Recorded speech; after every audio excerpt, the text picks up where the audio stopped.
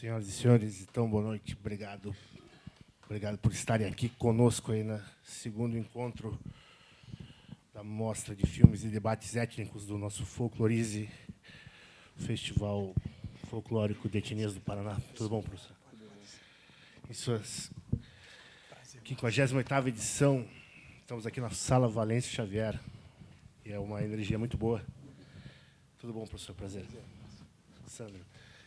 E o Valêncio era um dos grandes personagens da cultura do Paraná. Aí.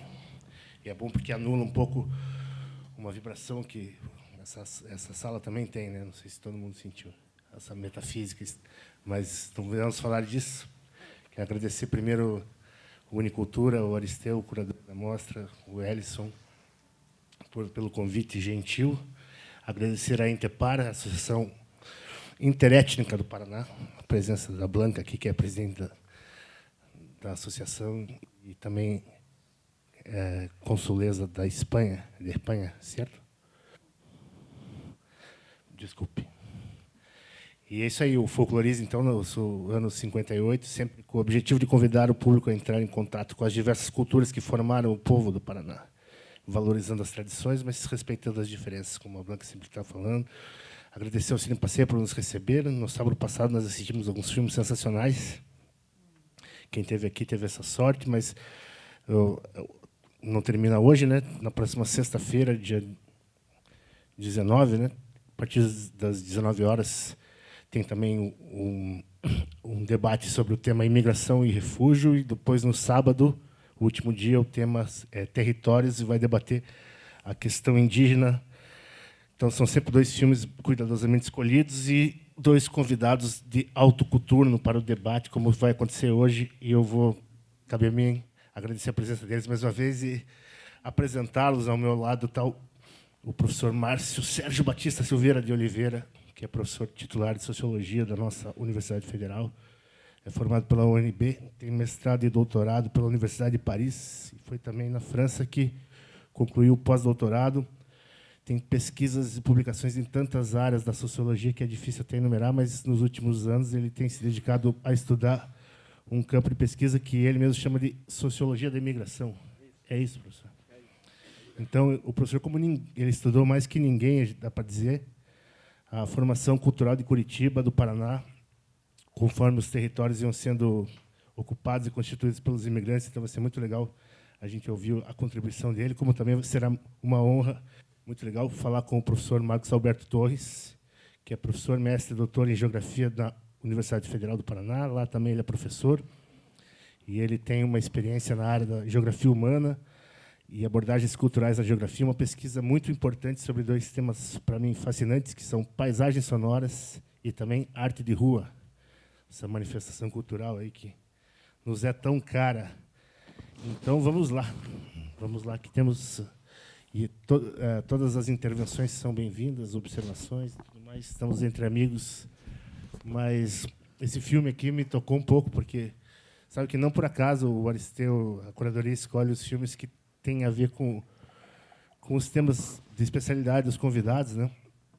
E servem como gancho. Então, eu queria começar falando com o professor Márcio, dando um rápido testemunho pessoal meu, que a minha família também migrou da Alemanha, mais ou menos nessa época aí, para essa região ali do Vale dos Sinos, São Leopoldo, né? Mas, ao contrário da turma do Valahai, dessa comunidade, os alemães da minha família sempre foram mais metidos, eles tentaram entrar na vida cultural e política do país, do Brasil, né? Já foram procurar agitação política, os partidos, então sempre tiveram um outro tipo de abordagem. Isso me remete a uma ideia que o professor, um conceito que é uma contribuição do professor para a sociologia, que é o hábitos do imigrante, né, e o capital da mobilidade. Então, acho que vamos começar por aí. Qual que é o mote central? Por que as pessoas migram? E por que algumas aderem mais ou menos à cultura do local que as recebeu? Muito obrigado. Bom, boa noite a todos. Prazer estar aqui. Obrigado, Ellison, pelo convite, a Interpar pelo convite, e parabenizo também pela ideia, mais uma vez, de fazer um debate. E agora, gostei muito da ideia, quando o Ellison me disse, de vir atrás de 2 filmes, né? Porque a gente pode pegar esse gancho que você mencionou. Então, para prazer também conhecer o professor, perdão que eu não conhecia pessoalmente. Para pegar o teu gancho, então, se a gente for para a história, é simples. Os motivos da imigração são terra e trabalho. Nas Américas, como um todo, sobram terra e faltam trabalhadores. Na Europa, ao contrário. Há excesso de trabalhadores e pouca terra. Então, as pessoas migram atrás de terra e trabalho. Então, esse é o básico. Se eu pegar o grupo dos alemães, são 6 milhões que saem, são 50 milhões de europeus que saem dos seus países, não necessariamente para as Américas, mas 50 milhões de imigrantes, dos quais 30 e poucos chegam às Américas. Nos alemães, especificamente, são 6 milhões que migram. 6 milhões, é muita gente. Entre 1820 e 1920, nesse século, digamos assim, são 6 milhões. É gente que não acaba mais. Para o Brasil, vem aproximadamente entre 250 e 300 mil, não mais do que isso. Alguns chegam a falar um pouco menos, mas que seja, vamos colocar os 250 mil. Portanto, o grosso da imigração, que saem sempre pelos portos de Bremen e Hamburgo, não saem pelo norte, e o objetivo é os Estados Unidos, onde há terra em disponibilidade e há também trabalho. Então, esse é o motivo. O que faz com que a pessoa se integre mais ou menos é a sociedade receptora. A vontade do imigrante é essa, ter terra e trabalho. E ele não vai escolher muito. E, muitas vezes, o curioso é que houve casos de imigrantes que chegaram a Buenos Aires pensando que estavam chegando em Buenos Aires, em Nova York. Pegaram um navio errado. Aí ele falou, não, mas aqui... E quando chegaram em Buenos Aires, no começo do século passado, dado o desenvolvimento da cidade, eles achavam aqui é Nova York, aqui não deixa de ver Nova York. E, de fato, há um certo paralelo. Buenos Aires é uma cidade bastante desenvolvida no começo do século, e isso vai até os anos 40. Vocês sabem da eterna piada, né, que a capital do Brasil só passa a ser o Rio nos anos 50. Até então era Buenos Aires. Então, é a grande cidade das Américas, é Buenos Aires. Né? E aí você tem diferentes trajetórias. Se pegar o caso dos espanhóis, migram basicamente para a Espanha. Vem um pouco para o Brasil, um pouco para Salvador, o famoso galeguismo. Para a Argentina, perdão, para a Argentina e Uruguai, basicamente. Mas bem mais para a Argentina. O Uruguai é um país pequeno, pequena população. O grande massa é para a Argentina. Se pegar a piada que se faz até hoje em Salvador, o galeguinho dos olhos azuis é o espanhol. Esse é o espanhol. Até hoje há essa história do galeguinho dos olhos azuis. E é a migração galega, a migração basicamente galega. Mas vão também para Cuba, São Domingo, enfim, não ficam por aí. Mas se voltar no caso dos alemães, chegam alemães primeiro no Brasil no começo do século XIX, quando o Brasil ainda era império. Esses são os primeiros, quando Dom Pedro II abre os portos e começam a chegar os primeiros alemães, em 1808, 1809, 1810. Depois, uma segunda leva, essa sim, que vai Porto Alegre e sobe um pouco a região de São Leopoldo, essa já 1820, 1830. São diversas ondas migratórias que chegam para o Rio Grande. Chega bastante para Santa Catarina, e para o Paraná chegam para o remigração. Não vem diretamente para o Paraná, eles migram para Santa Catarina, alguns sobem a serra, como se dizia na época, e vêm para o Paraná, a família Miller e outras tantas. Mas o que faz com que a pessoa se integre ou não? É o tipo de sociedade que tem no local. Se eu pegar no começo do século a cidade de Curitiba, em termos de população imigrante e comércio, o primeiro grupo mais importante é o luso brasileiro, óbvio. Não poderia deixar diferente. O segundo, para uma série de setores comerciais, é o alemão. Para couro, para bebida, para uma série de setores. Alimentação. Alimentação. E não é o mais numeroso. Aí vem a curiosidade. Não é o mais numeroso. Não sei se vocês sabem, mas o grupo mais numeroso no Paraná é o polonês. Depois, o ucraniano. Depois do ucraniano, o alemão. Se eu pegar o ucraniano e polonês, eu tenho aí mais ou menos a metade da imigração. O Paraná é o estado mais eslavo do Brasil. E talvez da América Latina não tenha um estado tão eslavo como esse. Mas, então, o que faz a integração é um pouco a própria cidade, é um pouco de acolhimento. Uma cidade em formação, com espaço, eles vão se integrar menos. É uma cidade multicultural. Agora, se você chega numa grande cidade, e a comunidade imigrante se espalha, aí ela vai se integrar muito mais facilmente. Sabendo que o fenômeno da integração é basicamente de segunda, terceira geração. Raramente primeira geração, mesmo em grande cidade. Mesmo em grande cidade. Então, é uma aposta que o imigrante faz para os seus filhos e netos, etc. Aqueles que não voltam, porque a gente sabe também que desses todos que vieram, uma parte retornam e uma parte remigra. Então, há muito fenômeno, há muitos poloneses que chegam ao Paraná e vão parar em Buenos Aires. Então, há mais poloneses na Argentina do que no Brasil. Então, há muito fenômeno. Inclusive, havia agenciadores argentinos que vinham recrutar poloneses ou ucranianos no Brasil, no Paraná.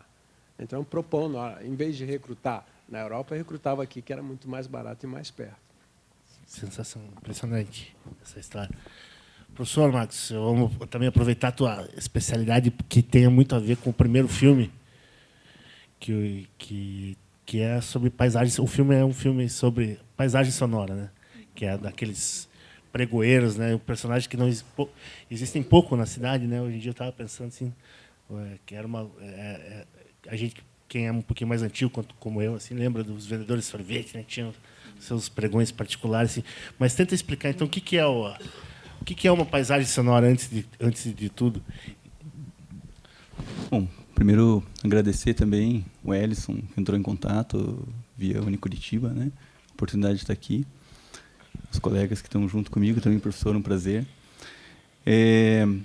Bom, a paisagem sonora é um conceito que vem de um músico e educador canadense chamado Murray Schafer, que entende que todos os sons que compõem um ambiente seria essa paisagem sonora, né?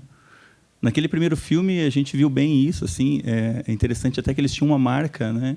Os vendedores tocavam no mesmo ritmo, os 3 vendedores que apareciam no filme, eles tocavam o mesmo ritmo, marcando aquele produto que eles estavam vendendo, né? É interessante que isso se liga muito também a memórias, né? Você, para falar disso, você vai remeter a memórias. Eu lembro que antigamente tinha muito mais o vendedor de picolé e tal, apesar de que ainda tem bastante vendedores, né? Minha filha ontem estava cantando, repetindo o carro do ovo, né? O carro do sonho, é verdade. O carro do sonho, o carro dos churros, e tem musiquinhas e tudo mais, né? Então esses sons eles acabam construindo uma identidade com os lugares também, né? Se a gente pega até na literatura aqui em Curitiba, a gente vai encontrar algumas pessoas falando sobre a vendedora de ovos, mas isso lá nos anos 50, nos anos 30.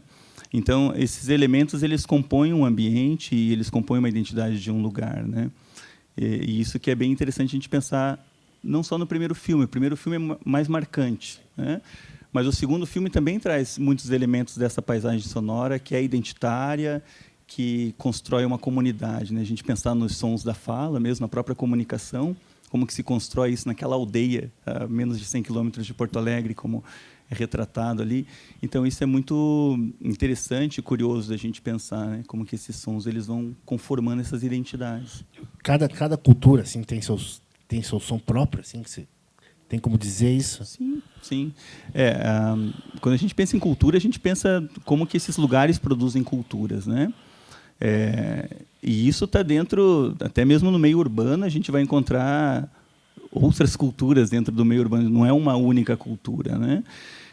E sim, eles vão construindo esses sons eles vão sendo construídos e vão sendo sempre pensados dentro de uma identidade de um grupo, né?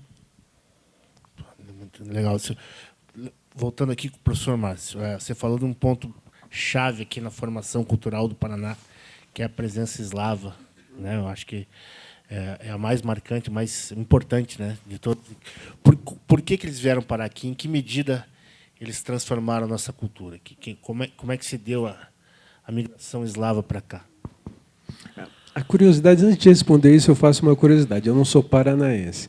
E uma das coisas que me chamou mais a atenção aqui, falando em som, era o sotaque da cidade, que é um sotaque muito particular e que a gente não encontra em outras cidades brasileiras, pelo menos capitais. Eu conheço quase todas e esse sotaque curitibano eu não encontrava. E eu ficava me perguntando de onde vinha isso. E o meu cunhado, que é músico clássico, só permite Por favor, a curiosidade. por favor. Meu cunhado, que é músico clássico, ele também mora na Espanha. A primeira vez que ele veio aqui, ele que estudou violoncelo com um antigo músico polonês, hoje falecido, chamado de violoncelo, o nome já me vem, em São Paulo. Ele faleceu não há tantos anos, inclusive. E na orquestra onde ele toca na Espanha também tem muitos músicos clássicos poloneses, e é uma tradição na Polônia, a música clássica. Ele fala, curioso, há um sotaque aqui muito próximo do que eu ouço dos meus colegas poloneses falando na Orquestra Santa Cecília. E ele dizia, eu acho que o sotaque daqui é polonês. Então fica a curiosidade, o ouvido dele não é o meu, mas como você falou, Somos todos tocadores de contrabaixo poloneses, então.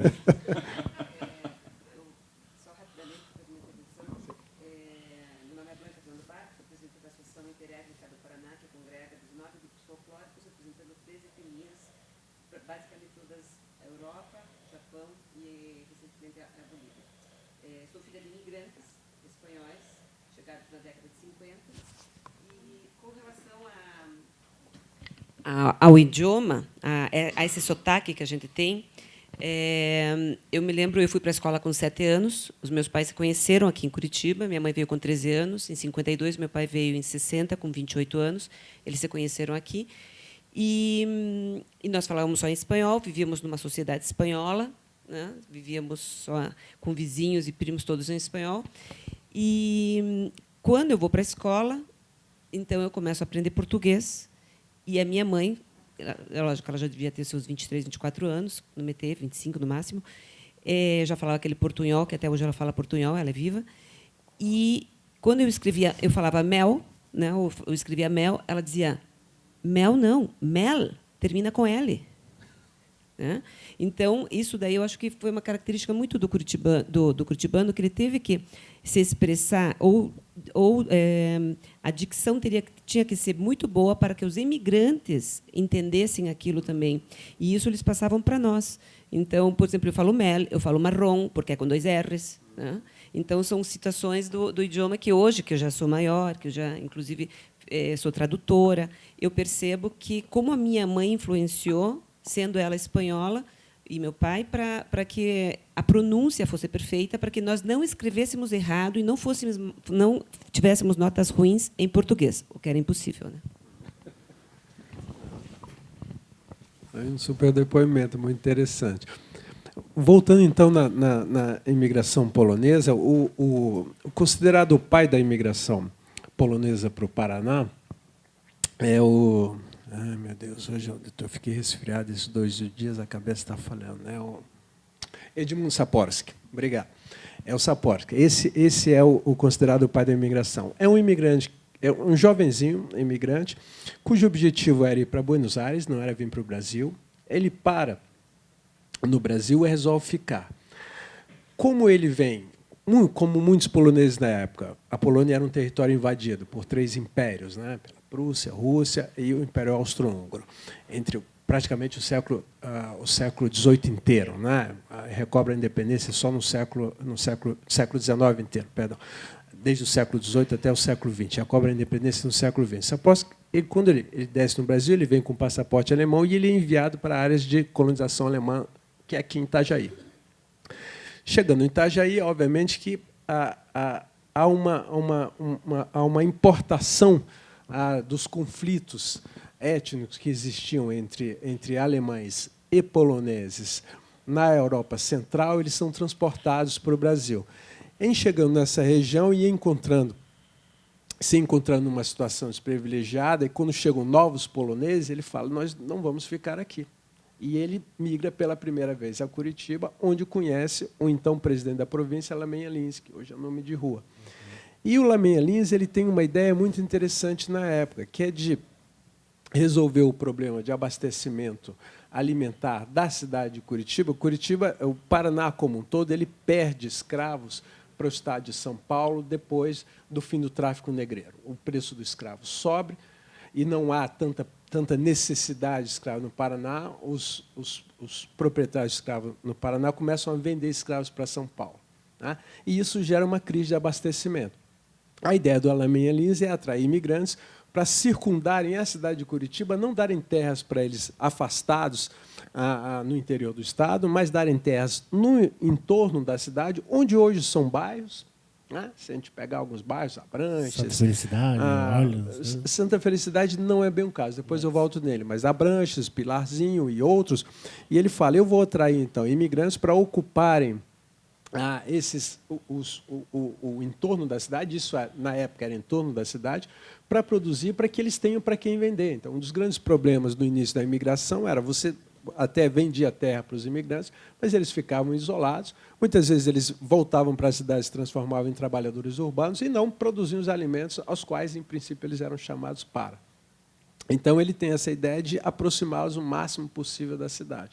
Por isso, colocar em bairros pertinhos do centro da cidade. Então, e aí ele, já tendo essa ideia e com a vinda dos apóstolos, ele fala, está certo, podem trazer as primeiras famílias para cá. E aí começam a se fundar esses primeiros bairros, que hoje a gente reconhece, inclusive, mais uma vez, pelo sotaque de certos bairros e pelos sobrenomes parecidos. Sim. Se a gente anda em alguns bairros, a gente vai ver. Então, o início da imigração polonesa para o Paraná é essa. Agora, é claro que o Brasil atrai, mas a Europa quem expulsa. Então, o Brasil não é o país mais atrativo, em certa medida. O país mais atrativo é os Estados Unidos. Mas, como há uma possibilidade para cá também, vem para cá também. Que interessante. E esses bairros ainda eles mantêm algumas características, assim, né? Tem até uma geografia, né, parecida a alguns ali, esses bairros mais altos, né? Isso fazia algum sentido, ocupar esses espaços com essa geografia mais acidentada? A questão do acidentado não, mas veja, uma curiosidade, não sei se vocês conseguem perceber no centro da cidade a diferença de uma casa portuguesa, cuja casa ela está praticamente na calçada, ela não tem um jardim de frente, ela está ali, a janela, você abre a janela, você encosta na pessoa que está passando na rua, esse modelo português de grande parte das cidades coloniais brasileiras, e o modelo de colonização de Curitiba e de muitas cidades do interior do Brasil, no interior da região sul, perdão, onde você tem sempre uma propriedade e um jardim na frente. Esse é o modelo. Então, uma das coisas que mais marca Curitiba é o fato das pessoas gostarem, não apenas do jardim que eles cuidam, mas também da parte externa um pouco do portão para fora. Do portão para fora. E isso marca muito a cidade. Essa é uma das características importantes da cidade do ponto de vista da paisagem. Professor Marcos, você falou da coisa da identidade que o som, que essa sonoridade tenta buscar, assim. Isso tem o imigrante, quando chega no Paraná, ele tenta reproduzir aqui a paisagem sonora que ele teve lá. Isso aí reflete, reverbera ainda hoje, assim, não? Como o professor Márcio já colocou, esses sotaques que estão nos lugares, né? Ainda tem, a gente ainda percebe isso, né? Mas isso é muito dinâmico, né? Quando a gente pensa em cultura, a gente pensa em algo muito dinâmico também. A gente vai encontrar essas marcas do passado, mas essa coisa ela ainda continua acontecendo, né? E isso continua se misturando. E aí é interessante a gente pensar nessa paisagem para além dos sons também, né? Claro que os sons são uma marca dela, mas a gente tem outros elementos que a gente vai encontrar também, como os jardins, que o professor acabou de citar aqui. Então, isso a gente vai encontrando essas marcas que vão se fundindo e vão se reconstruindo com o passar do tempo, né? Eu vejo pela minha esposa, que é paulista, e ela adora o jardim também. Então, um pouco as pessoas se apropriam disso também e vão reproduzindo essa marca que passa a ser a marca do lugar, né? Agora, pensando nos sons, e isso é interessante a gente pensar nos sotaques, a gente tem uma falsa ideia de que o Brasil só fala português, né, até hoje. E se a gente pensar que essa aldeia, né, eu estou chamando de aldeia aqui, entre aspas, né, que passa no filme, ela é um dos exemplos das muitas aldeias que a gente tem no Brasil ainda hoje, né? Se a gente pegar os povos tradicionais, né, os povos... Você tem ideia de quantas línguas são? Esses dias o professor Harry Crow falou que mais de 200, né? O número exato eu não sei. Mas eu sei que eu morei em Mato Grosso um tempo, E só ali a gente já tinha, nas proximidades da cidade que eu morei, que era na divisa com Goiás, tinha também os povos Bororo, os Chavante, cada um com a sua língua, né? E sempre com o mesmo conflito, o mesmo desafio de aprender o português para poder se relacionar lá fora. Mas da aldeia para dentro é só a língua deles, né? Então isso é muito curioso. E aí como que essa língua ela constrói essa união desses povos, né? Então no filme era um alemão que já não é mais o alemão, sim, o Chavante que é o Chavante deles, né? O Bororo que é o Bororo deles, e aí vamos ter os Guarani, Munduruku e todos os outros povos que nós temos aí no Brasil, né? Parece a história do famoso papagaio de Humboldt, né? Que ele acha um papagaio numa tribo mexicana. Ele, olha que legal, o papagaio fala a língua dessa tribo. Ele, não, essa não é dessa tribo. Ele fala a língua de uma tribo que eles mataram. Né? O papagaio é o último falante, né? É mais ou menos a história deles aqui. Antropologicamente, a língua, o que é os elementos de formação de um povo? Assim? A língua é um deles, né? Com certeza a língua, mas é engraçado. O que faz um povo, né? Se você pensar no isolamento, né? Se você pensar numa comunidade isolada, são vários fatores ao mesmo tempo. A língua é um meio de comunicação, mas a maneira de se dirigir ao outro, a maneira de pentear ou não pentear o cabelo, a maneira de se dirigir às crianças. Eu me lembro a primeira vez que eu fui numa tribo indígena, o que mais me chamou a atenção foi o fato de anciãos abaixarem, quase sentarem para conversarem com as crianças. Eles não conversavam com as crianças de uma maneira hierárquica, né, como nós. Eles abaixavam. Quase reverentes as crianças. E eu fiquei pensando pela primeira vez, como deve ser chato para alguém conversar com outra pessoa com o pescoço assim, o tempo inteiro.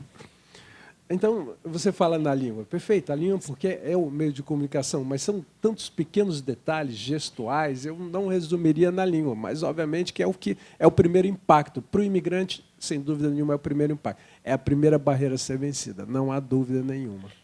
Eu vou aproveitar que você falou dos poloneses, antes que eu esqueça, porque uma das contribuições importantes que o senhor deu nas suas pesquisas é uma espécie de uma redenção da figura do polonês aqui em Curitiba, porque ele tem um estigma preconceituoso de ser o mais iletrado, de ser mais rude. Até hoje, as piadas são feitas contra poloneses, e você conseguiu provar isso em pesquisas que não é bem assim, né? O polonês tinha uma produção de literatura importante, tinha jornais, tinha uma cultura que a gente não conhece. Então, por favor, explique como é que é essa... Por que ele tem ainda esse estigma?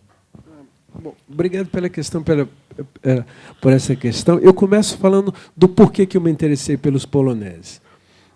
O Gilberto Freire dizia que o imigrante italiano era o imigrante queridinho do Brasil. É curiosa essa expressão, o imigrante queridinho do Brasil, aquele que, em princípio, o Brasil mais gostava, mais se identificava. Eu sei que a primeira vez que eu levei os meus filhos à Itália, ele falou, pai, isso aqui é Curitiba.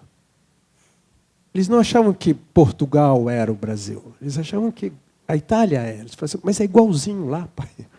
Quando a gente vai a São Paulo, é igualzinho. Então, se a gente pegar supostamente, mas o dado não é muito errado, os 50 milhões de descendentes de italianos no Brasil, a gente pode achar que, e se eu transformar esses 50 milhões do antigo Brasil meridional, né, de São Paulo para baixo, eu tenho, de fato, uma cultura muito mais italianizada no sul do Brasil como um todo. Então, a ideia do Gilberto Freire é muito interessante. Mas o caso de Curitiba era justamente isso. Por que o quarto grupo tinha todo um bairro gastronômico e o grupo mais importante tinha, na época, 2 restaurantes, um na região metropolitana, na época que eu cheguei aqui no começo dos anos 90. E eu me perguntava, mas será que a comida polonesa é tão ruim assim? E eu fui à Polônia justamente para isso. Eu falei assim, Mauro, eu vou. E eu fui à Polônia. Conheci um professor amigo nosso, Jerzy, ele me convidou a ir à Polônia. Eu falei, eu quero conhecer também o outro lado agora. Eu já conheci o polonês aqui, agora eu quero conhecer o polonês original. Mas a história era essa. Por que o grupo mais importante é o menos visível? Não faz sentido. A minoria sempre tem que ser minoria. Grupos mais importantes não podem se invisibilizar. E aí eu fui atrás dessa história. E, de fato, eu resumo, são estigmas importados pelo fato da Polônia ser um território invadido. Basicamente isso. Agora, na cidade de Curitiba, e são várias ondas migratórias, você percebe uma diversidade de pessoas, e não apenas o camponês. Essa imagem do camponês, ela estava muito na visão de escritores paranaenses do começo do século, que descreviam os poloneses, que vinham, muitos, sobretudo das meninas, que saíam do que eles chamavam antigas colônias, para trabalhar como empregadas domésticas. E muito recatadas e muito temerosas. Então, eles descreviam mal, mas desconheciam, por exemplo, que, no começo do século, 1920, tem time de vôlei feminino polonês. Ora, se a gente pegar para a mesma época no Brasil, é curioso. Eu sei que eu descobri 2 jornais satíricos no começo do século em Curitiba. Se eu pego a história da imprensa satírica no Brasil, vou encontrar a mesma época. Sim. Poucos jornais também, poucos pelo Brasil inteiro, assim, poucos no Brasil inteiro. Então, esses jornais são vanguarda, né, da imprensa satírica no Brasil. Então, eu começava a ver muito mais diversidade, eu começava a ver grupos mais à esquerda, os grupos laicos, e grupos mais à direita, os grupos católicos. Então, havia mesmo uma rivalidade entre as escolas laicas e escolas católicas. Portanto, não eram todos católicos. Se tinha muita imprensa, não era possível que fossem todos iletrados, porque quem iria ler aquilo não era o brasileiro. E essa diversidade foi descrita não por mim primeiro, mas pelo próprio cônsul polonês, que é nomeado, quando a Polônia recobra a independência, há um cônsul polonês que é nomeado não para São Paulo, mas para Curitiba, e ele é recebido em fanfarra pela comunidade. A foto disso que está no arquivo público, ele sendo recebido em fanfarra pela comunidade. Então, isso mostra que não apenas a Polônia sabia da existência de Curitiba, mas os poloneses sabiam que o cônsul ia chegar naquela data. Havia uma circularidade de informações muito importante. O estigma, por que preconceitos ou estigmas existem? E o curioso é perceber o preconceito contra branco, porque sempre se fala no Brasil do preconceito racial, mas se é preconceito contra branco ainda continua sendo racial, o que caracteriza? Caracteriza os padrões de distinção e de efetivo racismo da sociedade brasileira que vão se repercutindo em outros grupos.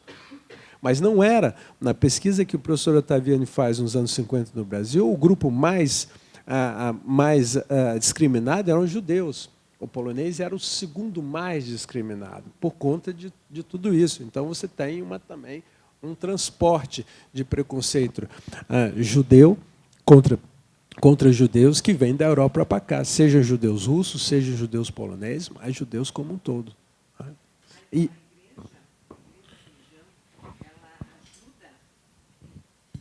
eu vejo assim com os grupos eslavos, como eu sou da espanhola, né, eu sempre vejo assim que os grupos folclóricos, eles têm uma comunidade muito grande. Os poloneses têm, como o senhor já contou, os ucranianos também. E eu sempre tenho essa dúvida se o fato deles terem uma religião tão forte e eles serem praticantes faz com que eles fiquem mais unidos e tenham essas comunidades. Nós, por exemplo, eu sempre me chama a atenção que a Espanha, voltando lá ao que lá no começo, quando quis intervir sobre o fato de colônias, porque os espanhóis nunca fizemos colônias e nós não conseguimos nos manter em um bairro, ou porque nós imediatamente nos misturamos com a sociedade local, né? E não é apesar da Espanha ter tido os espanhóis terem tido muita importância aqui em Curitiba, nós não conseguimos ser importantes nesse fenômeno. Eu pergunto se às vezes o fato da religião deles ter sido uns ortodoxos, outros tão católicos ou terem sido invadidos, enfim, isso marcou para que eles sejam tão marcantes aqui em Curitiba.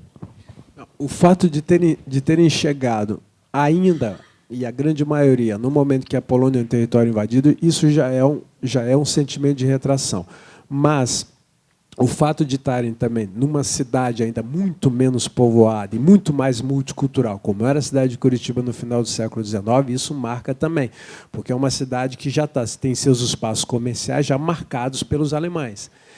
É tradicional, inclusive durante a Primeira e a Segunda Guerra Mundial, comunidade polonesa vai à chefatura de polícia, ao secretário de segurança, e dizer: nós não somos alemães. Nos dois momentos, porque começam a aprender. Brancos com um determinado tipo de sobrenome começam a encarcerar por motivos de quebra-quebra, tanto na Primeira quanto na Segunda Guerra Mundial.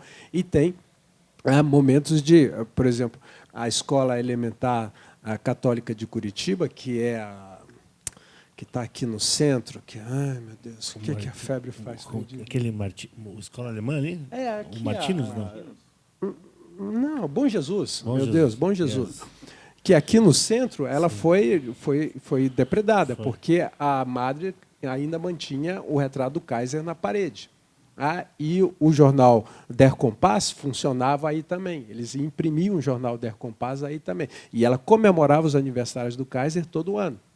Então, isso foi percebido por muitos brasileiros como uma afronta, sobretudo em momento de guerra. E aí começam a também depredar algumas casas polonesas porque viam o mesmo sobrenome. Então, a comunidade tem esse... Então, esse fator, o fator das duas guerras e o fator de sair de um território ocupado, mais do que a religião, eu acho que está na origem disso. Porque, de fato, a comunidade é bem mais diversa do que a gente pensa. Ela é bem menos católica do que se imagina. Embora, sobretudo, depois da vinda do Papa Paulo II ao Brasil, quando ele é recebido em Curitiba e falam com ele polonês, e, na época, ele tem um primo vivo no Brasil, que morava no Rio Grande do Sul, acho que hoje já faleceu, ele chamou muita atenção. Quando ele chega a Curitiba e ele fala, e ele é recebido em polonês, ele acho que não teve um briefing correto com ele, né? O assessor de imprensa não fez o briefing correto, mas ele fala: como assim? Como estão falando polonês aqui comigo? E ele fica encantado com tudo isso. Depois o Bosque do Papa, etc., etc., e cria um pouco uma certa mitologia da comunidade polonesa toda católica. Isso é meia verdade. O Marcos também pode falar de religião, ele tem uma pesquisa importante sobre isso, sobre o papel da religiosidade na ocupação cultural, né, do território. Se você conte mais ou menos como é que é a tua pesquisa nessa área. Sim, foi a minha tese de doutorado, né? Ainda pensando os sons da paisagem, pensando como que esses sons eles e agora ouvindo o professor falar, contando a história, né? Eu não fui na história, mas pensando dentro de uma comunidade hoje, né? Mas como que esses sons eles conformavam uma identidade religiosa também? Bom, é interessante porque tudo que se produz, no caso, dentro de um espaço sagrado, um espaço religioso, né? Ele vai para fora desse espaço religioso também. Então, essa identidade ela é construída ali, ela é alimentada ali, mas ela sai para fora desse espaço também, como qualquer elemento da cultura, né? Então, a gente está falando dos sons dos vendedores, mas a gente fala também do sino da igreja, a gente fala do rádio, né? O rádio tinha uma presença muito marcante nos dois filmes também. Então, como que esse elemento ele vai conseguir aglutinar pessoas, né? Unir pessoas. Mas, enfim, então, como que esses sons que se constroem dentro de uma comunidade, eles vão para fora dessa comunidade? Então, no caso, na minha pesquisa, a gente trabalhou com uma religião evangélica, e aí a gente percebia também nas práticas das pessoas, né, o ouvir a música evangélica na sua casa, o cantar e tudo mais. Então, como que ele leva isso para fora? E, para além disso, também os gestos, a forma de falar, se vestir, né? Vestimentas, o penteado entra novamente. Então, todos esses elementos que são culturais, que são identitários, né, eles vão para fora. E aí é interessante quando a gente volta sempre no tempo, quando o professor fala aqui, eu vou me deliciando e tentando imaginar todas essas paisagens, como que elas são construídas em cada um desses momentos, né? E que vão deixando suas marcas com o passar do tempo, a gente vai se alimentando também dessas marcas e ressignificando esses lugares, né? Exatamente. O professor, vamos aproveitar que ele está aqui, que ele conhece bastante de da maior parte da formação étnica aqui da nossa etnografia paranaense. Então, falamos dos alemães. Aliás, eu li esses dias ali, só para concluir os alemães, essa questão toda da diatribe do povo do brasileiro com o alemão, que foi leve, foi recrudescendo à medida que a guerra também fazia, mas, de uma certa forma, era um ambiente multicultural aqui já, né? Que o alemão, ainda que alguns exageros foram coibidos até com violência, como nesse caso do Colégio Bom Jesus, mas ficou mais na boa, né, como dá para dizer. Olha, o curioso é que, por exemplo, a Fundição Miller, né, que hoje é o shopping, exato, a Fundição Miller, ele vai também ao secretário de Segurança e dizer: nós somos alemães brasileiros. Nós somos brasileiros, nós colocamos a fundição a serviço do Brasil. Então, eles têm há toda uma vontade da comunidade de dizer: nós não somos esses alemães com os quais vocês estão lutando lá fora. Aliás, o Brasil não está lutando, o Brasil manda enfermeiros, né? O Brasil não é como a Segunda Guerra Mundial. Manda então, um navio, né, que faz aquela clássica história das doninhas lá. Exato, mas não manda combatentes. E bem no final que o Brasil entra na guerra. Inclusive, o ministro das Relações Exteriores no Brasil é o Lauro Miller, que virou nome de cidade em Santa Catarina, e que, inclusive, depois de renunciar, quando o Brasil entra em guerra, ele é obrigado a renunciar, porque ele está em Porto Alegre. Logo nesse momento, em 1917, perguntam para ele: mas o senhor é o quê? E era para ele dizer: eu sou padeiro, né? Ele dizia: eu sou alemão. A resposta dele não é muito bem colocada, e como a elite brasileira, carioca, ela é muito francófila, e o Brasil tende à França no conflito, né? E há toda uma propaganda em direção ao Brasil, para que o Brasil fique do lado da França, quando, de fato, nesse momento, em 17, quando afundam os navios, aí o Lauro Miller é obrigado a renunciar, mas ele é eleito governador de Santa Catarina por 2 vezes depois disso. Quer dizer, a imagem dele no Brasil não é tão chamuscada assim, Santa Catarina muito menos, né?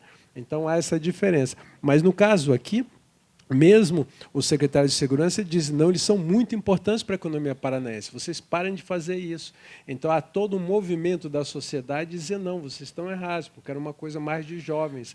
Isso ocorre em Santos, em Porto Alegre e em Curitiba. São as 3 principais cidades onde há quebra contra estabelecimentos comerciais de descendentes alemães. E se eles ocupavam aquela porcentagem importante que o senhor falou, né, era um erro para a economia da cidade. Mas vamos falar dos italianos agora, que eu até tinha falado de Santa Felicidade ali na hora errada. Como é que se deu, então, essa ocupação dos italianos? E você tem um trabalho agora muito marcante com o Colombo, né?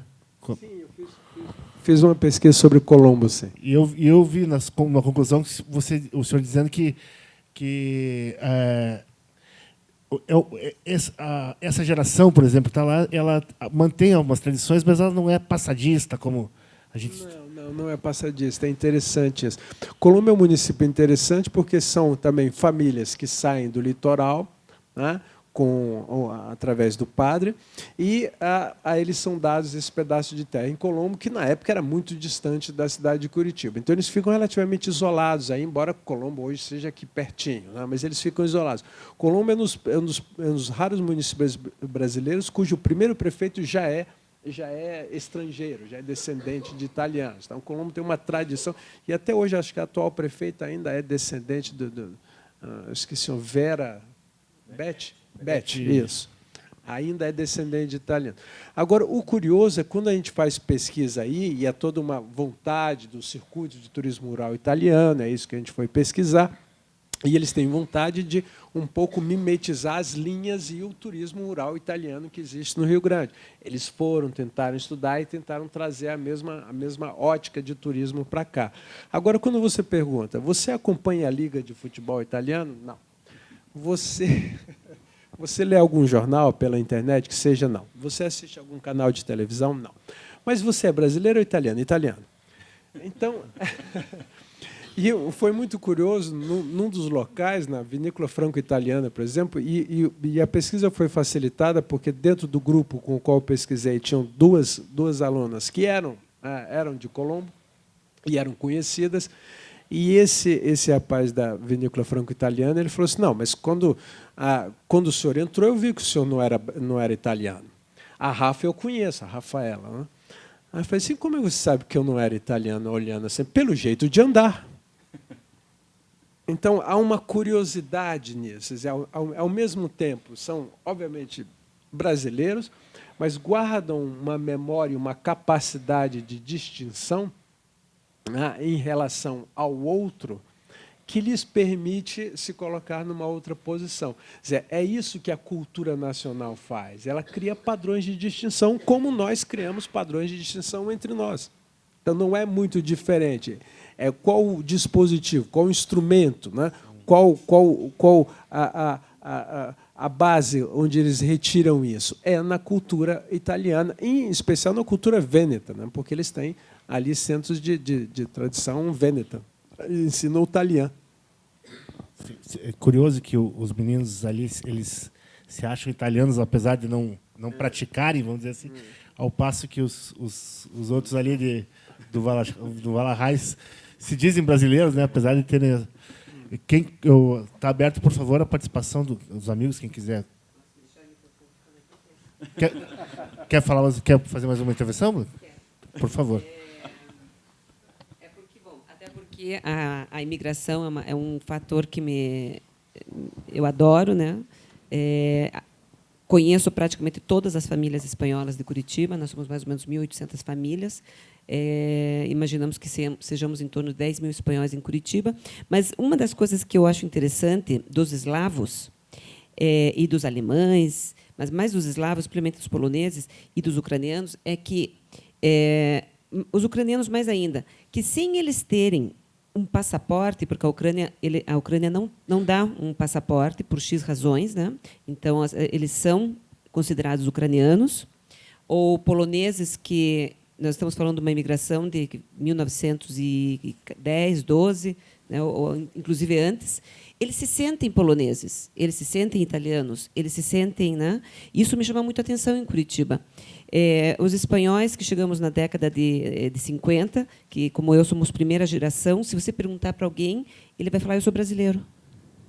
E essa é uma curiosidade que eu admiro em toda essa imigração que colonizou Curitiba, que eles apesar de não manterem o idioma, não terem essa relação, eles se consideram de origem disso. Com relação só para fechar, do filme, me chamou muita atenção, e é uma das coisas que eu sofro, entre aspas, né, porque a gente não pode carregar esse fardo, e nem querer que os filhos da gente carreguem esse fardo, é que isso é inevitável, né? Então, os meus pais vieram, os meus pais me ensinaram a falar espanhol. Na minha casa só se falou espanhol.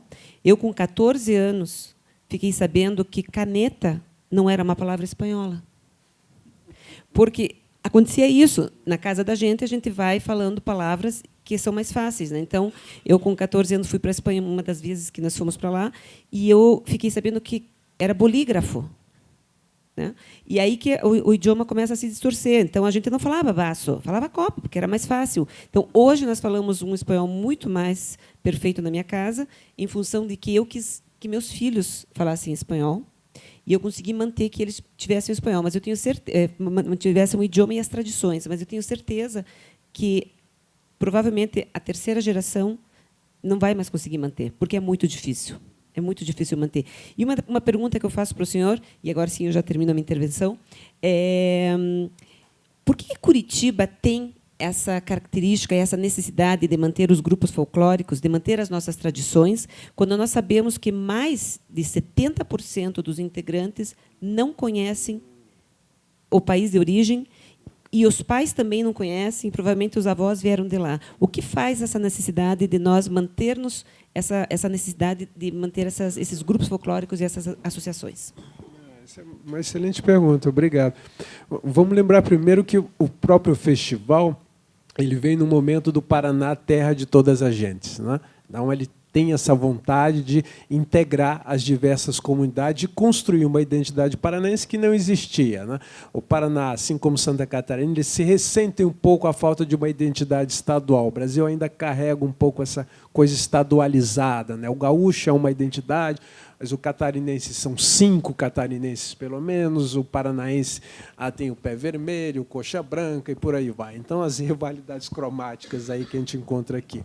Mas o que faz manter? Primeiro, voltando na primeira questão. Quando você chega numa cidade muito marcada por diversos grupos, inclusive espacializada, mesmo dentro das comunidades, eu sei que, por exemplo, os alemães Aqui do centro são diferentes os alemães que estão mais para a periferia da cidade, que estão aí na Avenida Paraná e para lá. Eles marcam bem os espaços. Aqueles que iam no Urca eram muito diferentes, esses que vão aqui no Thalia.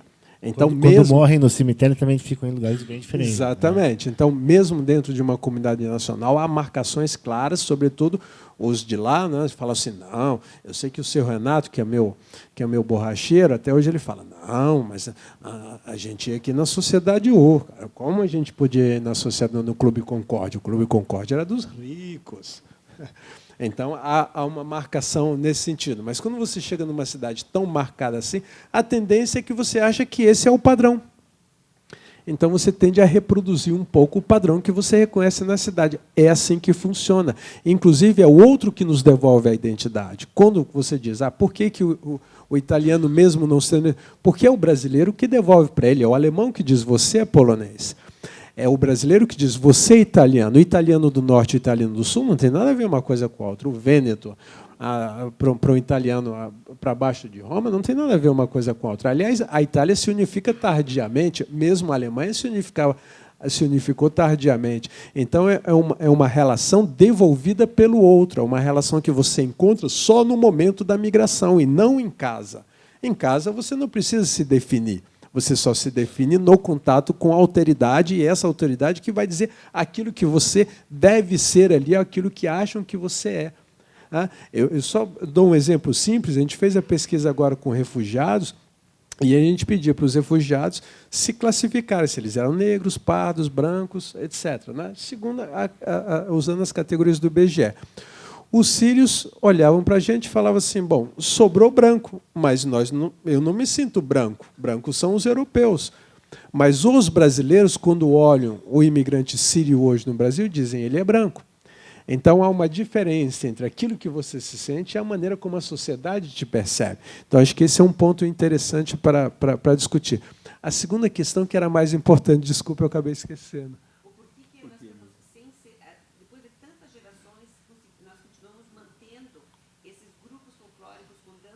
E lá, realmente, por exemplo, a juventude, vou falar um exemplo da Espanha. A juventude na Espanha não dança. Nós fazemos isso. Mas lá eu tenho 30 e poucos primos, nenhum participa em grupos folclóricos. Mas aqui, todos nós nos trajamos, fazemos.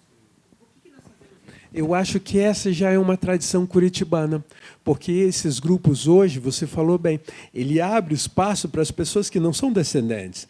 Então, se eu sou descendente, mas a minha namorada não é, ela gosta de mim ou eu gosto dela, vice-versa, eu falo, venha dançar comigo também. E a pessoa que está organizando a dança, se as pessoas dançam bem, e se isso ajuda a manter a tradição com o nome Barvino, ou Poltava, ou o que seja, fala assim, por que não?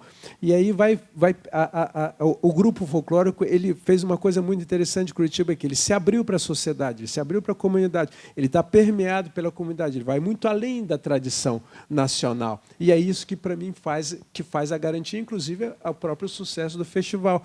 É ele ser aberto. Se ele fosse fechado, excludente, ele provavelmente já teria acabado. Mas como ele se abriu, ele aceita, ele, de uma certa maneira, mesmo se o outro acha que ele é antigo, ele vem se renovando. A gente pode pensar, se um alemão chegar hoje aqui, ele vai falar, nossa, como isso é antigo.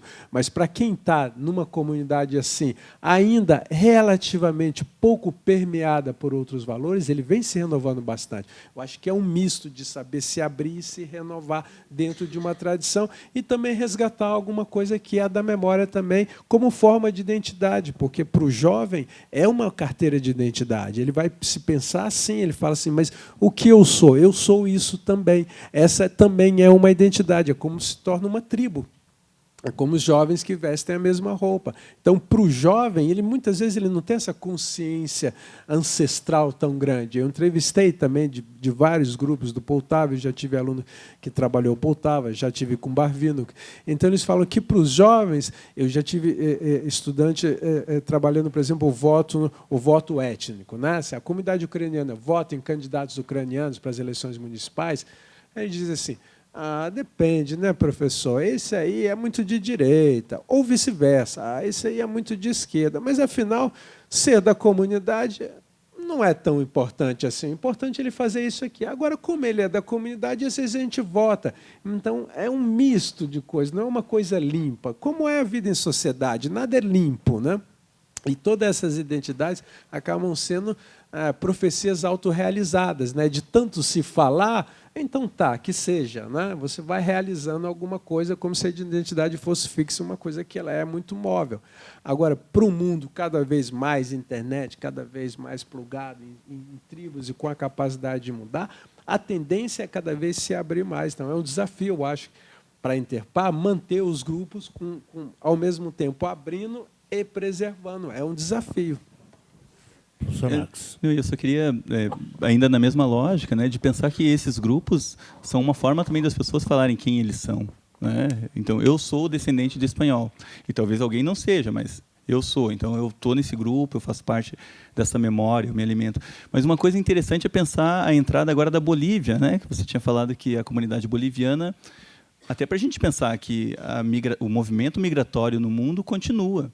Né? Os refugiados estão chegando. Logo a gente vai ter outros grupos, né? Eu imagino, espero isso também. Aproveitar o momento,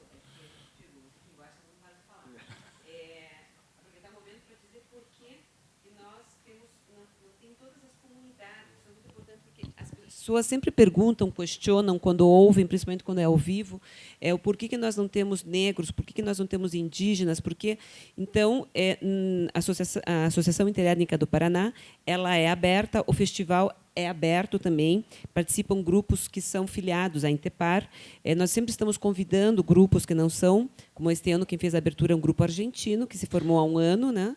Também temos uma comunidade argentina muito grande aqui em Curitiba, mas, como tudo nesta vida, nós temos uma regra. Então, nós temos estatutos, e para fazer parte da associação, você precisa estar legalmente organizado, você tem que ter estatutos, você tem que ter um lugar para ensaiar, e isso nós nunca conseguimos com certas comunidades locais. Então, a Intepar, ela está aberta, ela convida todas as comunidades a fazerem parte, mas elas precisam realmente estar organizadas. E eu vou aproveitar e falar sobre a identidade sonora, e aí eu já paro. Realmente, depois de ver o filme e eu ouvir o professor falar, como a modernidade, como as leis e como, enfim, a gestão pública muitas vezes acaba com a identidade sonora de uma cidade. Hoje tive, casualmente estive na Rua 15 e sempre tinha aquela poluição sonora, né? A Mulher da Cobra, os equatorianos ali tocando, e agora com uma nova lei da municipal isso acabou, e hoje eu tive a sensação de que eu não estava na Rua 15. E eu nunca tinha percebido, né, que isso era uma característica da Rua 15. Então, eu deixo aqui aberto para você falar um pouquinho sobre isso.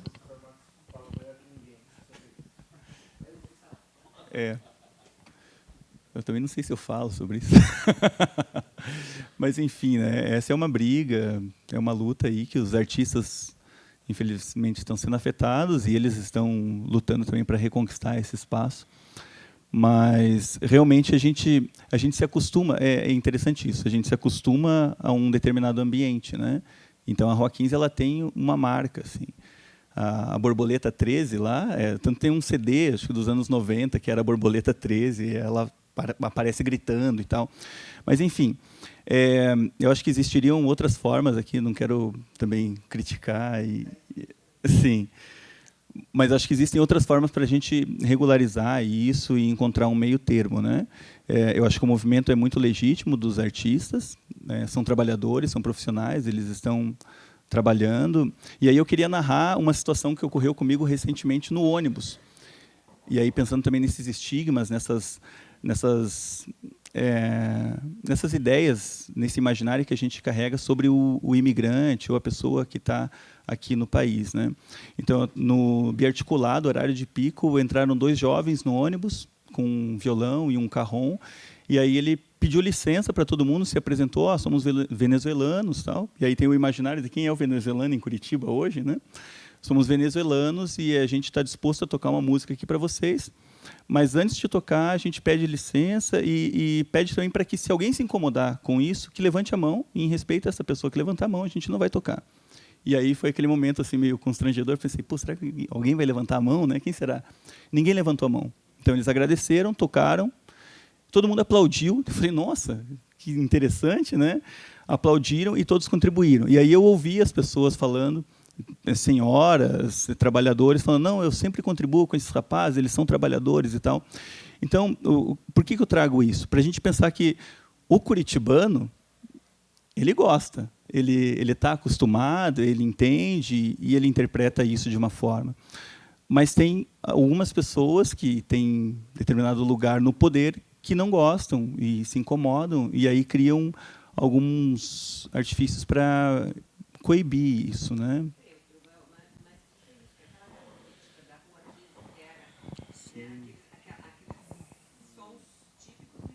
Exato. Um certo higienismo cultural aí dos Exato. nossos. Os bustos da Praça Santos Andrade também sumiram também. Não, eles então, voltaram. voltaram? Os plintos ficaram sem cabeça durante um tempo, mas agora eles não estão mais acéfalos. Não diria que outras instituições aí municipais também não estejam, né? Mas um grande tema que faltou a gente falar e vai ter que e é inevitável é sobre esse fluxo migratório que é incontornável, né, professor? Então ele está acontecendo o tempo inteiro, sempre aconteceu, né? A história do homem e a história da migração, né? Da mobilidade. Mas no momento, nesse momento político que a gente vive, vamos dizer, nos últimos 10 anos, talvez, ele, mais do que em outras épocas, ele é visto como um problema, o problema da migração. É uma coisa que a abordagem é policialesca, né? Não é de uma gestão, é sempre, não, precisamos barrar aqui a fronteira. E você não... Como é que o senhor, que estuda, que conhece tão profundamente esse tema, está vendo a evolução disso, dessa maneira política de pensar as migrações? Como é que você vê o futuro disso? A verdade é que o imigrante sempre, quando ele foi visto como um problema. Desde o século XIX, quando os primeiros italianos chegam na região do Porto de Marselha e se colocam em movimentos grevistas, eles são apoiados pelos jornais locais como problema. E é o nascimento do problema imigrante. Porque até então migrar era um fluxo. Você não tem essa noção de uma identidade nacional tão arraigada que você comece a identificar o outro como um problema, porque o próprio Estado-nação, do ponto de vista tanto das fronteiras quanto da sua estrutura jurídico-administrativa, ele não está tão organizado assim. Ao contrário, são os imigrantes, muitas vezes, que fazem com que os Estados criem setores específicos e Ellis Island, né, como a ilha Ellis, nos Estados Unidos, para triar e selecionar imigrantes. Essas políticas de seleção e triagem de imigrantes, elas vêm mais do século XX, elas não vêm no século XIX. Então, o imigrante, quando ele começa a aumentar o número, ele é pensado como um problema. Então, como há uma certa política de fechamento. Né? Quer dizer, por que japoneses chegam no Brasil pela primeira vez? Porque a fronteira dos Estados Unidos é fechada para eles. Então, é sempre uma saída possível ir para outro local, porque o fluxo continua.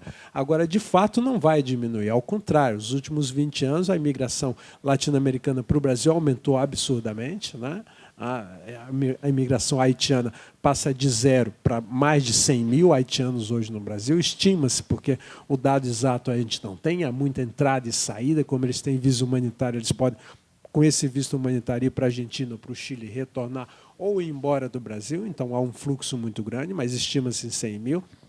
A questão venezuelana é chave, mas o Brasil, de uma certa maneira, também é autista. Né? São mais de 2 milhões de venezuelanos na Colômbia, mais de 600 mil no Equador, e não chega a 150 mil no Brasil. Então, para os nossos 200 e tantos milhões, é um autismo. Há mais brasileiros fora do Brasil do que estrangeiros no Brasil. E o brasileiro...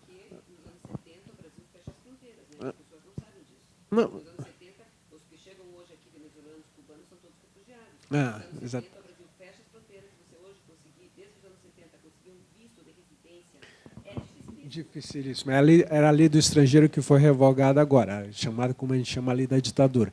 Então, o Brasil é um país muito fechado. Ao contrário, o brasileiro hospitaleiro, ele pode ser em termos culturais, mas em termos jurídicos, estatais, o Brasil sempre foi um país controlador e fechado. Mas eu dizia que a imigração hoje não tem como, e o Brasil tem muito espaço para isso, né, dada a sua população e dada a capacidade do país de aumentar. A população brasileira ela já não aumenta na velocidade que ela deveria.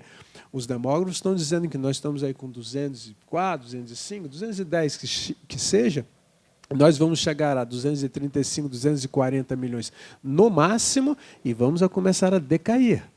Então, para pensar nos quase 400 milhões de americanos, para um território parecido, a população brasileira ela vai se estabilizar num padrão ainda baixo, com muito território e muito espaço para construir. Então, um Brasil que abre o olho para a sua mudança de perfil demográfico, que vai ser rápida, não vai ser. A gente vai ver isso em breve. Para o futuro do Brasil é importante entender isso, então, que para a economia, para tudo. Bastante, para tudo. E para entender também que migração é fluxo, que as pessoas hoje não é como no passado, que você, como Cortés, né, que queimava as naus, para que os primeiros espanhóis não ficassem com a ideia de voltar vendo as naus ancoradas, né? Então queimam-se as naus, como essa expressão até hoje na Espanha, vamos queimar as naus. Não é mais isso. Hoje você vai e volta numa velocidade muito maior e a comunicação e os espaços transnacionais são totalmente distintos. Hoje você tem famílias transnacionais, espaços, sociedades transnacionais. Antigamente a gente confundia, de uma certa maneira, o conceito de sociedade com a sociedade nacional. Hoje isso não é mais válido. A sociedade não é mais a sociedade nacional. Você pode ter contato muito mais com pessoas fora do Brasil, ou com pessoas fora da sua cidade, do que pessoas de dentro da sua cidade. Então, todas essas fronteiras geográfico-culturais, elas estão bastante questionadas. Então, acho que é esse o movimento que o Brasil tem que perceber como Estado. O Brasil está transformando venezuelanos em refugiados por uma questão basicamente política. Não vou entrar no detalhe, mas é política. É uma questão para mostrar ao mundo que há um grande problema na Venezuela, etc., etc. Etc. Bom, há um problema enorme na Venezuela, há um problema em outros países também. Se for para mostrar problemas nos outros países, há uma guerra no Iêmen hoje, né? Enquanto a gente fala, pessoas no Iêmen, o Iêmen está sendo destruído e por aí vai. Mas há uma certa preocupação imensa com 100, 150 mil venezuelanos chegando no Brasil.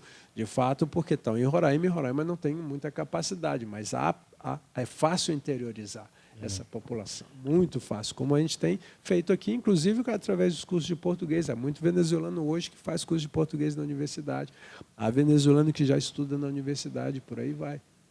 Que seria uma questão de gestão migratória, não de tratar como um problema policial, né? De gestão, exatamente. E pensando nos processos, e pensando não mais numa política antiga de integração, porque o indivíduo ele pode viver no país de uma maneira multicultural, de uma maneira diversa, ele não é obrigado.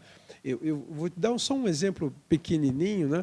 Há uma questão de 15, 20 dias atrás, eu estava no mercado municipal, na seção de orgânicos, e como eu venho estudando os haitianos, eu já sei reconhecer. Quando eu vejo na rua, eu reconheço de longe. E eu vi um haitiano andando pelo mercado municipal muito magrinho. Eu notei que ele estava muito magro, ele andava muito devagar, e isso me chamou a atenção. Aí o primeiro impulso é ir em direção a ele. Eu falei, não, por uma vez, vamos deixar a pessoa em paz. E aí ele foi abordando um, abordando o outro, e chegou a minha vez, ele me abordou. Aí ele falou assim, o senhor poderia me ajudar de alguma maneira? Eu falei assim, olha, eu posso sim. Você quer comprar alguma coisa para comer aqui? Escolhe o que você quer, eu pago. E a minha tendência, né, aprendi um pouco com a minha avó, quando a gente tem fome, o que a gente faz? Compra batata e ovo. Batata e ovo, você mata a fome. Né? E eu já estava para dizer para ele batata e ovo. Eu falei, não fala nada, fica quieto. Eu falei, vamos ver o que ele vai pedir. Eu falei, escolhe. Eu falei, realmente, escolhe o que você quiser e eu pago. Porque eu vi que ele estava realmente faminto. Isso me chamou a atenção e me doeu até. Aí ele olhou, ele olhava para mim, olhou. E as pessoas em volta começaram a olhar também. Porque a minha reação foi diferente E ele também, muito digno, ele começou a olhar, ele falou assim, eu quero isso. Quando ele apontou, ele era maracujá. Eu falei, tá bem, pode pegar. Aí ele pegou o maracujá. Aí eu falei, mais alguma coisa? Eu falei, será que ele vai querer só um maracujá? Porque o alimento tem a memória afetiva do alimento, né? Eu falei, então isso para ele é muito importante, talvez tanto quanto um prato de arroz, uma memória afetiva. Aí ele escolheu, ele olhou para mim, aí ele falou feijão, aí ele pegou feijão também. Porque ele não é obrigado a gostar da comida brasileira, é isso que eu quero. Ele não é obrigado a gostar de tudo que o Brasil faz. Ele não é, a música brasileira não é maravilhosa assim, desse tanto que todo mundo vai gostar da música brasileira.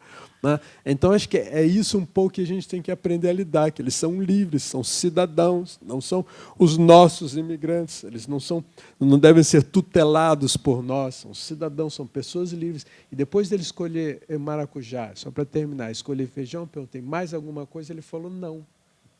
Eu falei, tá bem, eu vou pagar, porque ele decidiu, eu não vou decidir por ele, por mais que eu achasse que ele estava realmente faminto. Mas ele tem o direito de ser faminto e de dizer o que ele quer. Acho que é esse um direito que eu dei a ele e que eu achei que eu fiz certo. Porque eu falei, eu não posso tutelá-lo o tempo inteiro. Ele vai ter que assumir uma certa autonomia com a própria vida dele. Porque ele vai sair daqui e vai acontecer isso ali amanhã. Eu não vou estar do lado dele o tempo inteiro. Não adianta eu achar que eu sou tão importante assim para ele. Que bela lição. Temos uma pergunta aqui.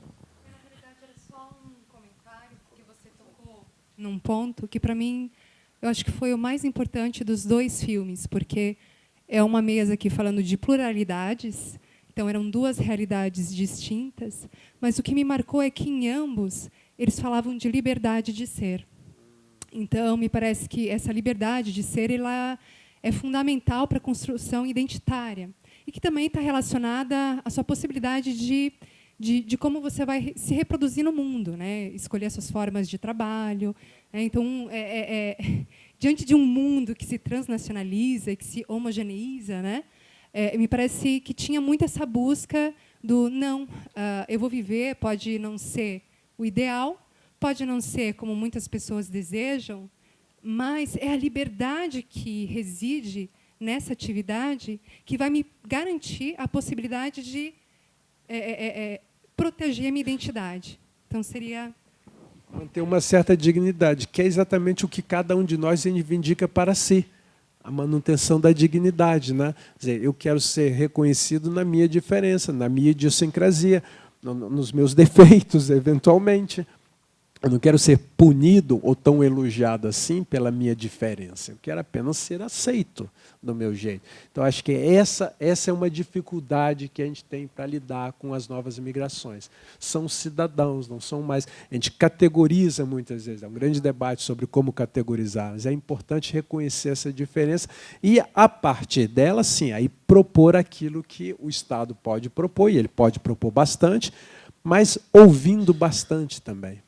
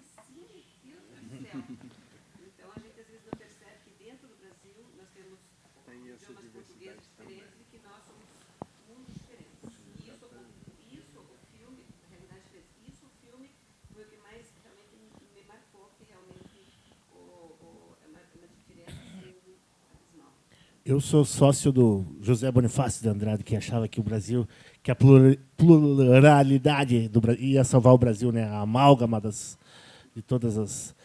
que ia propiciar que o Brasil fosse o único lugar no mundo onde a liberdade e a justiça iam acontecer ao mesmo tempo, né? Eu ainda tenho esse sonho. E eu fui avisado que o nosso horário aqui encerrou. Queria agradecer ao professor Marcos Torres, ao professor Márcio, agradecer a todos vocês que acompanharam esse debate. Foi, para mim, muito enriquecedor, muito bonito. Muito obrigado a todos.